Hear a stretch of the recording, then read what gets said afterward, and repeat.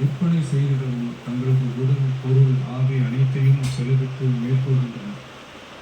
தற்சமயம் தமிழ்நாட்டின் financial position சரியில்லாமல் இருந்தாலும் நெல் மற்றும் கரும்பு பயிரிட்டுள்ள விவசாயிகளின் நலனை பாதுகாக்க வேண்டும் என கருதி தமிழ்நாட்டின் வரலாற்றில் இல்லாத அளவில் மாநில அரசின் நெல் மற்றும் கரும்புக்கான ஊக்கத்தொகையை அதிகரிக்க முடிவு செய்கின்றனர்.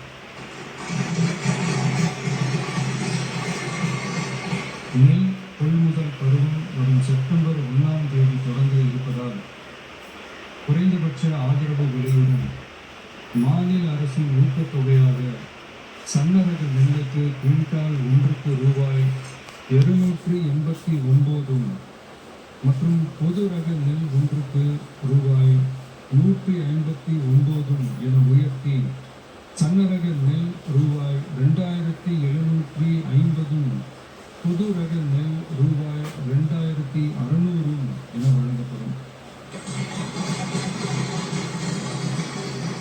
மாநில அரசு நெல்லுக்கான ஊக்கத்தொகையினை ஓராண்டில் 156 ரூபாய்க்கு மேல் உயர்த்தி வழங்குவது வரலாற்றில் இதுவே முதல் முறையாகும்.